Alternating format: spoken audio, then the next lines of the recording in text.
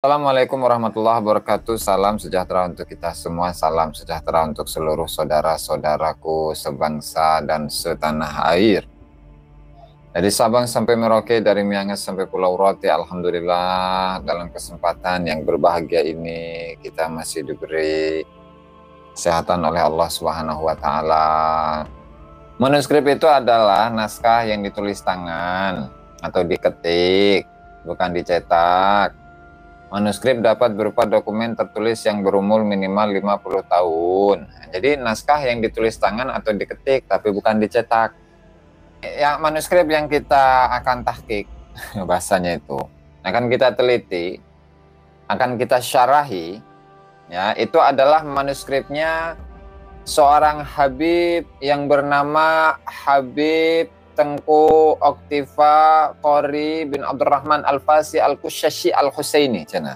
Jumlah manuskrip ini ada 115 halaman, ya, cukup panjang sebenarnya.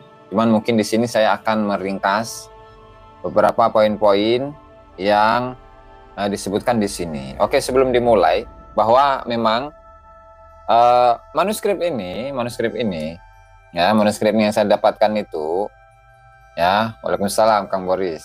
Manuskrip yang saya dapatkan itu, ini adalah satu manuskrip yang ditulis oleh Habib Oktiva Al-Banggali untuk membatalkan nasab Ba'lawi.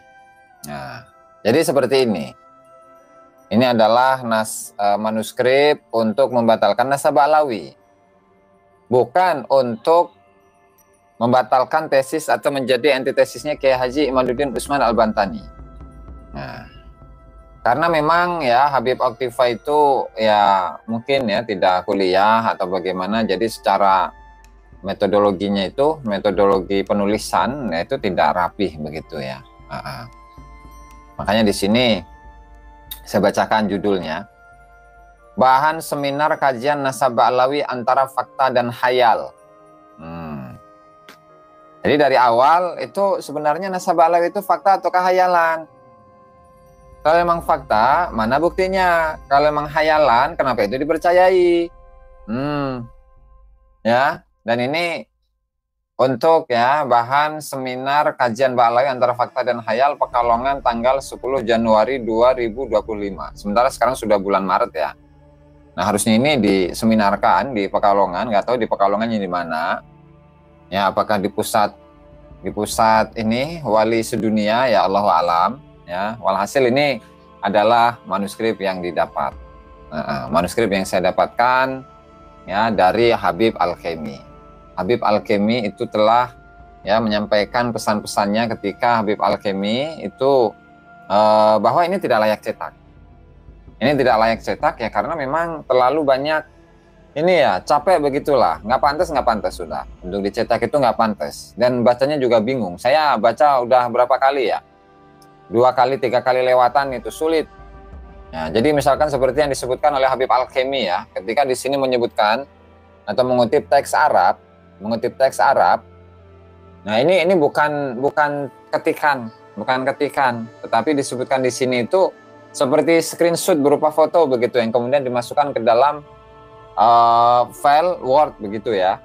Nah, jadi capek lah Habib Al-Khemi itu untuk yang ngetik, yang rapihin, kemudian kosakatanya dilurusin dan seterusnya. Nah, belum lagi di sini ada catatan kaki, kemudian ada garis-garisnya, ada buletan-buletannya. Wah, tentu kalau Habib Al-Khemi itu tentu sangat kesulitan untuk mengedit ya. Beliau sebagai editor untuk dicetak dan beliau sudah menyatakan bahwa ini memang tidak layak cetak.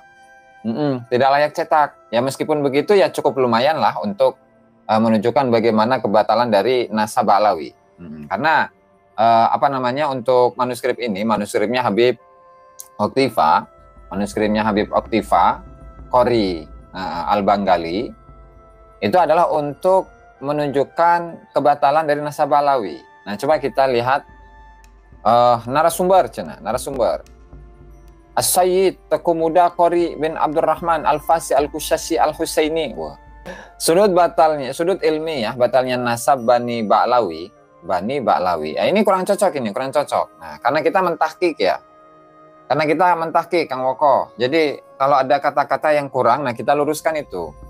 Bani Ba'lawi, nggak bisa Bani Ba'lawi. Kalau mau Bani Alawi, atau kalau mau Ba'lawi sekalian. Jadi nggak ada istilahnya Bani Ba'lawi, nggak kita temukan dalam apa namanya referensi apapun dan referensi manapun. Bani Ba'lawi nggak ada ceritanya Bani Ba'lawi itu.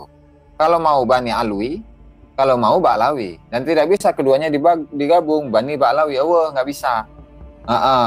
Kang Mefruner, editornya Puyeng betul. Lalanjung itu Habib Alkeminya itu. Kayak itu satu. Kemudian Bani Ba'lawi tadi udah ya. Sebagai keturunan Sadatul Ashraf. Nah ini salah. Sadatul Ashraf, Sadah al-Ashraf nggak bisa. Nah kalau dalam susunan ini, susunan Arab, As-Sadatul Ashraf, As-Sadah al-Ashraf, As-Sadah al-Ashraf. Jadi Sadatul Ashraf, As-Sadah al-Ashraf itu kan susunan sifat mausuf atau badal lah, badal sama mubdal minhu, ya kan? Tapi kalau dijadikan sebagai mudhaf ilaih salah ini. Nah jadi As-Sadatul Ashraf, dia harusnya begitu. Atau As-Sadah wal-Ashraf bisa. Nah, jadi dari sini aja sudah kena nih dua sudah kesalahan ya. Tapi nggak apa-apa lah, karena ini yang penting itu adalah materinya, bukan apa namanya tata cara penulisannya benar atau salah ya. Oke, nggak masalah itu, nggak masalah. Yang penting nanti Nasab Ba'lawi rungkat kan. Nasab Ba'lawi yang penting rungkat. Oke, lanjut. Satu. Ada sebagai begini, sudut ilmiah ya, sudut ilmiah. Satu, ditinjau dari metode subutun nasab. Ini bahasanya campur-campur antara bahasa Arab dengan Indonesia ini. Oke, nggak masalah lah ya, nggak masalah. Salam warahmat. Kedua, ditinjau dari istilah yang dipakai oleh ulama ahli nasab. Dua. Kemudian ketiga, ditinjau dari sudut sanad periwayatannya. Tiga. Ditinjau dari sudut pandang kitab-kitab nasab yang muktamad. Dan yang kelima, keputusan hasil diskusi kajian nasab berdasarkan beberapa kitab-kitab nasab, tarikh, dan fikih. Nah, jadi kalau ini dilihat dari 5 sudut pandang, ya. Jadi untuk poin yang pertama dan kedua itu bisa jadi satu tuh. Bahkan poin yang keempat bisa jadi satu. Kemudian yang ketiga itu bisa jadi satu tuh. Kemudian nah baru bisa jadi dua, itu dibagi menjadi dua. Jadi 5 poin ini bisa diringkas menjadi dua. Yang pertama adalah ditinjau dari metode ilmu nasab serta referensi-referensi kitab nasab. Kemudian yang kedua itu adalah ditinjau dari buku sejarah dan fikih. Nah, jadi nggak perlu memecah menjadi 5 ini. Woi, ya dosen aja nih saya ya. La ilaha illallah. Waalaikumsalam Kang Densing Imun ya. Nah, jadi ini ceritanya adalah sedang mengulas, sedang membongkar bagaimana manuskrip seorang Habib Oktifa Qori Al-Bangali yang dia itu sedang membatalkan Nasab Ba'lawi ya. Ini sebelum kita tunggu antitesisnya Habib Qori Oktifa Al-Bangali. Waduh, nanti Gusdillah. Waduh, saya ini belum buka-buka WA ini. Ya nanti siap Gus. Aduh, hampura Gus, hampura. Oke, kita lanjut ya. Nanti Gus, mohon maaf ini, mohon maaf. Saya lagi kurang fokus itu, Gus. Oke, kita lanjut ya. Satu, ya ditinjau dari metode subutun nasab atau penetapan nasab. Oke, di sini ya ini sudah selesai lah, itu sudah jelaskan berkali-kali ya. Namanya juga manuskrip ya acak-acakan. Nah makanya kita tahqiq Kang Ragenah ya, kita tahqiq. Oke, lanjut. Jadi ada kuning-kuningnya nih, saya rada bingung juga ini gimana ini ya. Wah, kemudian seakan-akan ini adalah perkataan penulis Tuhfatul Thalib, padahal perkataan pentahqiq yang disandingkan dengan penulisan musannifnya. Catatan pinggir, sebuah kitab ditulis oleh santri di pinggir kitab ketika mendengar keterangannya. Ini rada membingungkan ini, rada membingungkan. Oke. Terus ini. Jadi seperti apa namanya kalau dalam penulisan ya, dalam penulisan. Tuhfatul Thalib Said Muhammad bin Husain Al-Husaini. Halaman sekian. Itu kan harusnya ditaruh di catatan kaki begitu kan. Cuman nggak masalah. Dan seterusnya. Ayo kita lanjut ya macam ya. Terus ada istilah syuruhat alal hamish. Dr. Abdul Karim menyebutkan dengan syuruhat alal hamish. Ini rada membingungkan juga. Nggak masalah. La ilaha illallah, astagfirullah. Oke, jadi mengutip dari As-Suluk ya, Al-Janadi. Nah, itu sudah pernah kita bahas juga bahwa dari sumbernya dari kitab As-Suluk inilah kemudian ya Ali bin Abu Bakar As-Sakran itu mencangkokkan nasabnya kepada Ba'alawi. Ya, mencangkokkan nasabnya kepada Ba'alawi bahwa ada satu tokoh dari keturunan Abdullah atau Ubaidillah ini yang bernama Ali bin Muhammad bin Jadid, yang kemudian oleh siapa namanya Ali bin Abu Bakar As-Sakran itu mencangkokkan nasabnya kepadanya, lalu menyatakan bahwa keturunan baik itu dari Jadid, baik itu dari Basri itu terputus. Sementara yang melanjutkan keturunannya, keturunan dari Ubaidillah bin Ahmad al-Muhajir ilallah itu adalah siapa namanya? Adalah Ba'alawi, atau keturunan dari Alwi yang menurunkan kepada Muhammad Suhaim Mirbat, yang menurunkan Faqihil Mugaddam, dan seterusnya, persis seperti cara yang digunakan oleh Habib-Habib Ba'alawi di Nusantara, dengan mereka mengakui bahwa Wali Songo itu adalah keluarga mereka, kemudian menyatakan bahwa keturunan Wali Songo itu tidak ada. Sama itu, sama. Sama itu. Oke. Berikutnya, bukti Imam Al-Janadi tidak mendapatkan informasi langsung. Hah? Udah. Wow. Siap. Kemudian berikutnya, ya, menanggapi, oke, jadi As-Suluk seperti itu tadi yang saya gambarkan ya. Bukti Al-Janadi tidak mendapatkan informasi langsung dari Abil Hasan Ali bin Jadid ya. Ini sudah pernah kita bahas sebenarnya. Jadi untuk kitab Bahauddin Al-Janadi misalkan itu di muqaddimah kitab ini, muqaddimah kitab As-Suluk fi Tabaqatil Ulama Iwal Muluk, itu di muqaddimahnya sudah disebutkan bagaimana cara penulisan ini, penyusunan ini. Ya, kemudian ketika saya ketemu dengan tokoh-tokoh tertentu dan mereka memiliki kaitan keluarga dengan tokoh-tokoh yang dimaksud, maka saya tuliskan juga di sini. Nah, itu bisa dikutipkan ini, bisa dikutipkan dari muqaddimah dari kitab As-Suluk itu, karya dari Al-Janadi gitu, Habib Qori ya. Kemudian yang berikutnya, 1, 2, ini saya bingung ini melihat ininya ya. Kedua, siapa ulama tua? Ulama tua Yaman. Waduh, ulama tua Yaman. Gimana ini? Siapa ulama tua Yaman yang menjadi bukti akurat yang dapat menguatkan penukilannya Imam Al-Janadi terkait benarnya Abil Hasan ini, Abil Hasan Ali merupakan cucunya Ahmad bin Isa An-Naqib melalui anaknya yang bernama Abdullah yang diklaim dengan ditasghir menjadi Ubaidillah karena ketawaduannya. Mesti juga terjawab secara ilmiah, begitu sambil menanya ya. Artinya jangankan ya Ali bin Abu Bakar As-Sakran, seorang tokoh yang hidup di abad ke-9 dan meninggal di abad ke-9, seorang tokoh Abil Hasan Ali bin Muhammad bin Jadid yang hidup pada abad ke-6 Hijriah saja. Ini kalau Habib Al-Qori, ini Habib Qori Al-Oktafi Al-Bangali. Jangankan yang jauh 500 tahun setelahnya, 550 tahun setelahnya, ini seorang tokoh yang hidup pada abad ke-6 Hijriah. Ini nggak bisa diakui sebagai keturunan Rasulullah Shallallahu Alaihi Wasallam karena keterputusan data ini. Dan ini kata Habib Qori ini ya. Ya, kata Habib Qori seperti itu. La ilaha illallah. Sehingga ini mana buktinya, Cena? Jadi Habib Qori meminta bukti, mana buktinya bahwasanya Al-Imam Ubaidillah itu merupakan leluhur dari Ali bin Abu Bakar As-Sakran atau seluruh habaib sedunia. Apa yang menjadi bukti bahwa dia itu benar-benar merupakan anaknya Ahmad bin Isa Al-Muhajir ilallah? Habib Qori Al-Bangali. Nah, Kang Rizik Cebol ya, Habib Qori Al-Bangali gitu. Jangan Al-Bangladeshi, Al-Bangali kalau Arabnya ya. Aluminium, boleh. Nah, itu sudah inilah. Jadi ini kita lihat bagaimana ya tulisan dari Habib Qori Al-Bangali itu ya menafikan keturunan dari Ahmad bin Isa Al-Muhajir ilallah yang diantaranya adalah Ubaidillah, bahwa Ubaidillah ini bukanlah keturunan dari Ahmad bin Isa Al-Muhajir ilallah karena memang tidak didukung dengan data-data yang kuat karena akan statusnya sebagai keturunan dari Rasulullah Shallallahu Alaihi Wasallam. Begitu. Sebelum Habib Qori melawan Tengku Qori, nah ini saya ulas dulu bagaimana statement dari Tengku Qori. Ya, Tengku Qori dalam pembatalannya terhadap nasab Ba'alawi ya. Sebelum nanti kita akan menyimak bagaimana Habib Qori itu akan melawan Kiai Haji Imaduddin, yaitu dengan menyatakan bahwa nasab Balawi bersambung kepada Rasulullah Shallallahu Alaihi Wasallam. Bang Gali bin Sugali, oke boleh Kang Januar. Terus,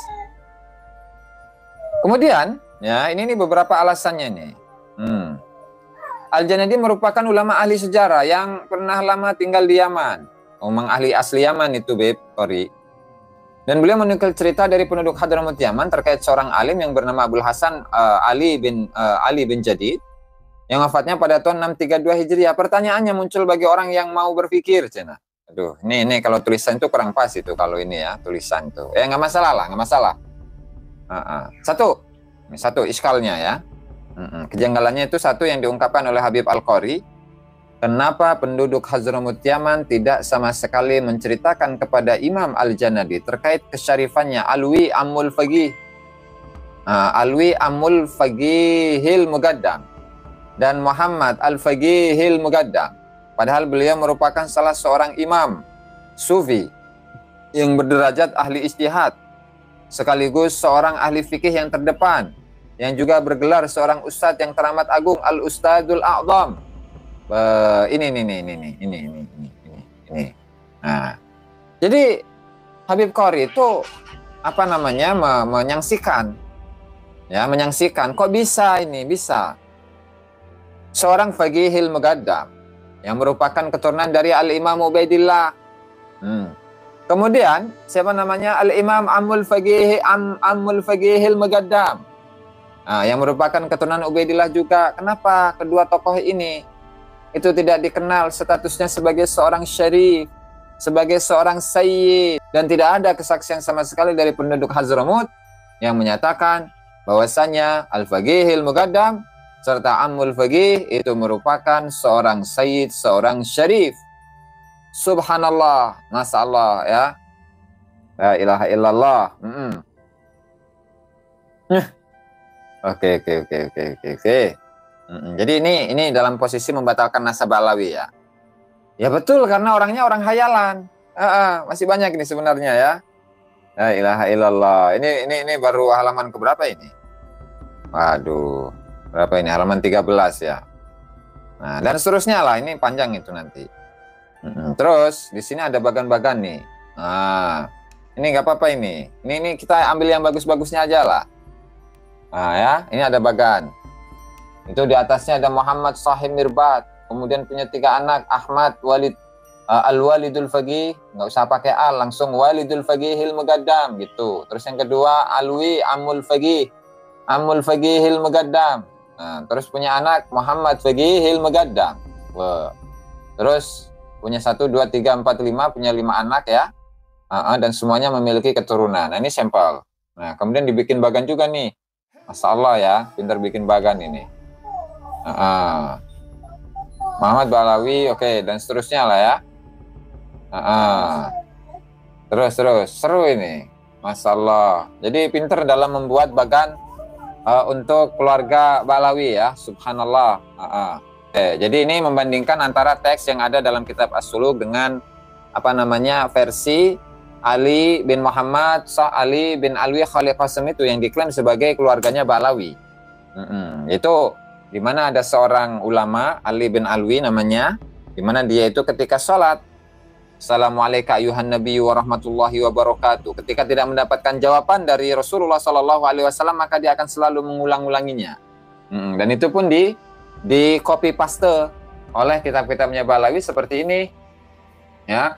Wurarul Baha'id Dawi, Al-Burqatul Musyiqah, Al-Jawharus Syaffaf, Al-Masra'ur Rawi, dan seterusnya. Oke, kita lanjut ya. Masya Allah, ini luar biasa. Terus di sini mengutip dari beberapa karya-karyanya para Habib atau para pendukung-pendukung Balawi ya, bagaimana kesejarahan dari mereka, dan di situ dijelaskan siapa saja anak-anaknya begitu. Oke. Terus yang kedua ini mengenai metode ilmu nasab ya. Subutun nasab, ada al-bayyinatus syar'iyyah, dan seterusnya. Nah, terus jadi nggak ada bayinah syariah begitu intinya lah ya.